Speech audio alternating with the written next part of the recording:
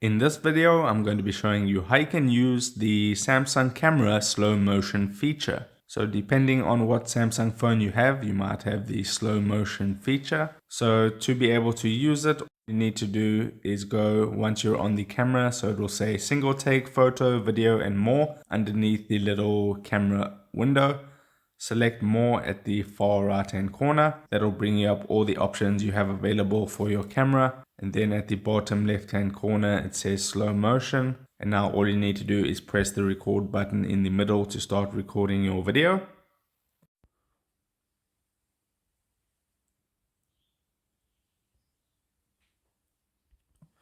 Once you've recorded your video, you can tap on it if you tap on this little button with the little preview.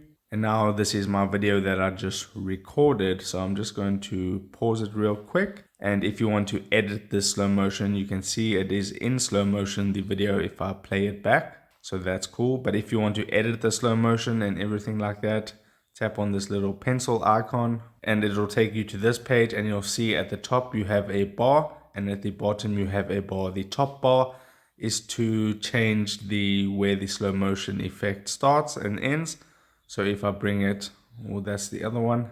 If I bring it to here and I bring this one to there, then only this portion of the video will it be in slow motion, and you can just play around with it however you would like it. So I'll just make it for the whole video because I want the whole video in slow motion. If you want to trim your video for any reason, you can use the bottom sliders. So I can trim it and just select a portion of the video just like that. And then you can tap on the save button, which is right at the top over here.